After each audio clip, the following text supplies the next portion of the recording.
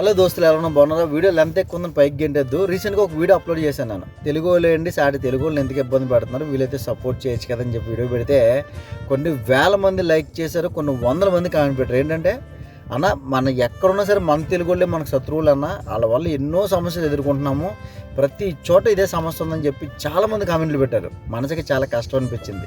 ఎందుకంటే సాధారణంగా దేశ విదేశాలు మనం వెళ్ళినప్పుడు అక్కడ మన తెలుగు వాళ్ళు ఉన్నారు, మనకు సపోర్ట్ చేస్తారా, ఇబ్బంది ఏం లేదు, ఒక భరోసాతో పంపిస్తున్నారు. కానీ ఇక్కడ రివర్స్ అయిపోతుంది అంటారు.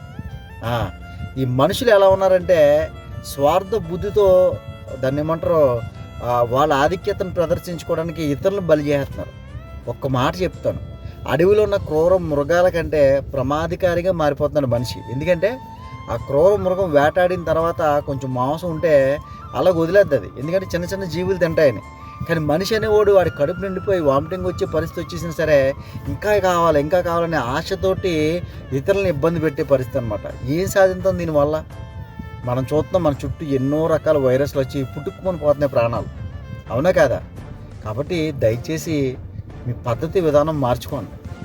ఏం సాధించాం మనం ఇతరులను ఇబ్బంది పెట్టి? మీ దాంట్లో ఏం ఓట అడగట్లేదు కదా, మీ పని ఏం లాక్కోవట్లేదు కదా. వాళ్ళు కష్టపడడానికి వచ్చారు, వీలైతే తెలియని విషయాలు తెలియజేయండి, వీలైతే ఎలా కాదు అలాగని చెప్పడానికి ట్రై చేయండి. అంతే తప్ప ఇతరులను ఇబ్బంది పెట్టి మీరేం బాగుపడతారని ఎంతమంది కామెంట్లు పెట్టారు, ఎన్ని వేల మంది చూశారు ఆ వీడియోని.